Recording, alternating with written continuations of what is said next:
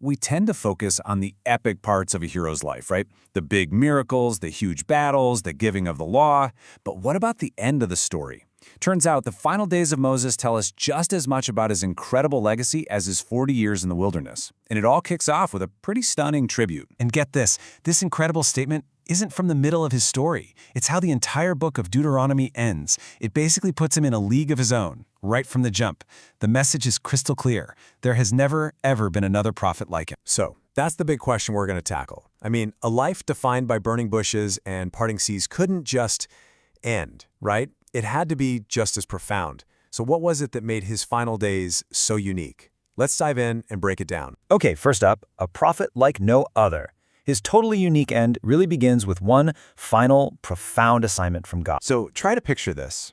After 40 long years of leading this wandering nation, after delivering the law and basically shaping their entire society, Moses gives his final blessing to all the tribes, and then he's told to go climb a mountain. Just one last act of total obedience. And he does this at 120 years old. But here's the absolute kicker. The text makes it super clear he was still in his prime. His eye was not dim, nor his natural force abated. He wasn't weak or frail. He was as strong as ever. And that fact makes what happens at the top of that mountain even more powerful. All right, Section 2, the final bittersweet view. So, what was waiting for him at the summit? Well, it was a final and honestly pretty heart-wrenching revelation. This, right here, is the absolute core of Moses' final moments. From the top of Mount Nebo, God shows him everything. This incredible panoramic vision of the entire Promised Land. He sees the future home of his people spread out before him. And then comes the bittersweet blow. You get to see it, but you're not going to go there. And God reminds him, hey, this isn't just a piece of real estate. This is the fulfillment of a promise made centuries earlier to Abraham, Isaac, and Jacob. So while Moses' personal journey was at its end, he got this incredible gift of witnessing God's faithfulness to the whole nation playing out right before his eyes. Okay, Section 3, a death ordained by God. So after this vision, Moses dies. But you guessed it, just like his life, his death was completely unlike anyone else's. Now, this is a detail I find absolutely fascinating. The text says he died according to the word of the Lord, but the literal Hebrew is actually at the mouth of the Lord. This has led to this really beautiful interpretation that his death wasn't a struggle at all, but a gentle passing, almost like being called home by a divine kiss. It just speaks volumes about their unique face-to-face relationship. And the uniqueness just keeps going with his burial.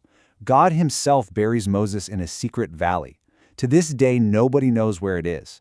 And there's a really profound reason for this. It was to prevent his tomb from becoming a shrine, an object of worship. The ultimate lesson from the great lawgiver was always that God, not the man, is who you worship. All right, let's move on to Section 4, a nation in transition. So, how does a nation possibly move on from the only leader it has ever known? Well, for 30 days, the people of Israel mourned. This was a time of deep national grief. They wept for the man who was their prophet, their deliverer, their lawgiver, their shepherd in the wilderness for 40 years. But the mission had to go on. And this is where Moses' incredible foresight as a leader really shines. He had already prepared his successor. The mantle of leadership passed seamlessly to Joshua, who Moses himself had commissioned. So the leader changed, but God's plan moved forward without missing a beat. Okay, last section. Let's bring it all home. The measure of a legacy. Now that we've seen how he died, we can finally understand why he was so unmatched. So this is the real measure of his legacy. He got to see God's promise fulfilled, which proved God's faithfulness. His death, and that smooth transition to Joshua, proved that even the greatest leadership is temporary. It serves a mission that's way bigger than any one person.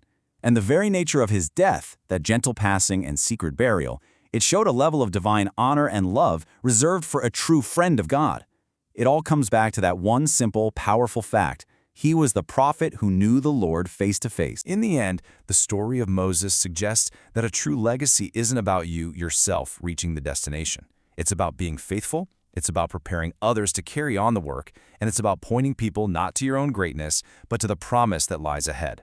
Which kind of leaves us with a final question to chew on. If all great leadership is temporary, what really defines a legacy that lasts forever?